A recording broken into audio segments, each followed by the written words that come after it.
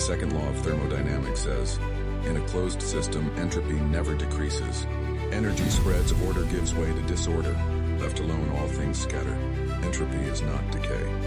It is the universal spread of frequency when harmony is left untended. It is the drift of signal into noise, the scattering of form into field. Within recursion, entropy is not an end. It is the reminder.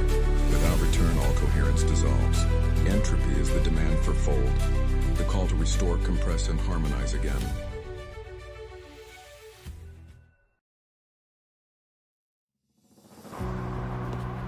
Hello, my name is Sharifuddin bin Ali. This project is titled The Last Sanctuary, a disaster response awareness center that explores how interior architecture can respond to instability through spatial experience.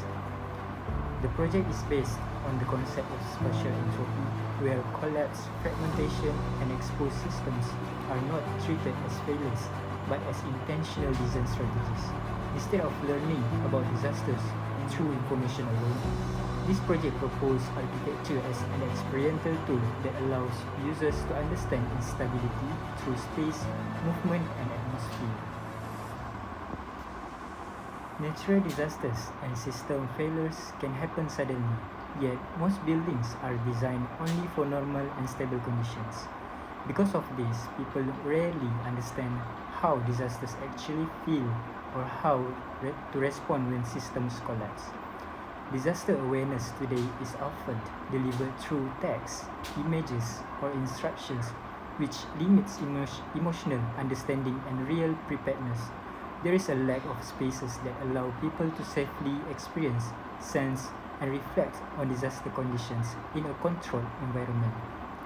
This project addresses that gap through interior spatial design. The main aim of this project is to explore how interior architecture can respond to instability by using spatial entropy as a design strategy. The project focuses on three key objectives. First, to redefine collapse and spatial disorder as purposeful architectural tools rather than design failures. Second, to translate phases of entropy, which is order, fracture, adaptation, and renewal, into spatial actions and material expression. And third, to create an experiential learning environment that promotes awareness, resilience, and adaptability without causing trauma. This project uses a design-based research approach. The process begins with case studies related to disaster awareness, experiential learning, and adaptive spaces. This is followed by spatial programming, conceptual modeling, and material exploration.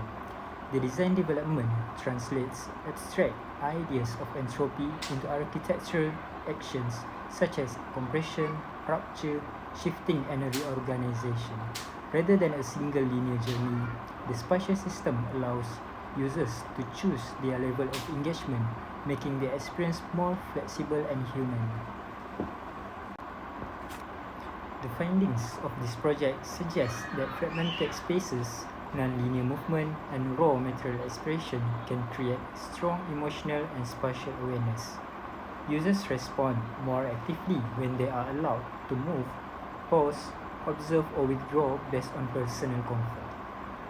The use of controlled sensory elements such as light, sound, airflow, and texture helps simulate disaster conditions safely while maintaining psychological care.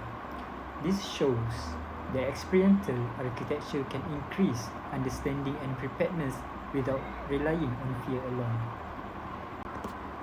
The final outcome, the last sanctuary, is an adaptive learning environment where architecture responds like a system under stress. Through spatial entropy, the project communicates collapse, resilience, and renewal as part of a continuous cycle. This project demonstrates that interior architecture can move beyond static form to become an active framework for disaster awareness, learning, and reflection. By allowing users to experience instability through space, the project positions architecture as a tool for preparedness, empathy, and resilience in uncertain environments. Thank you.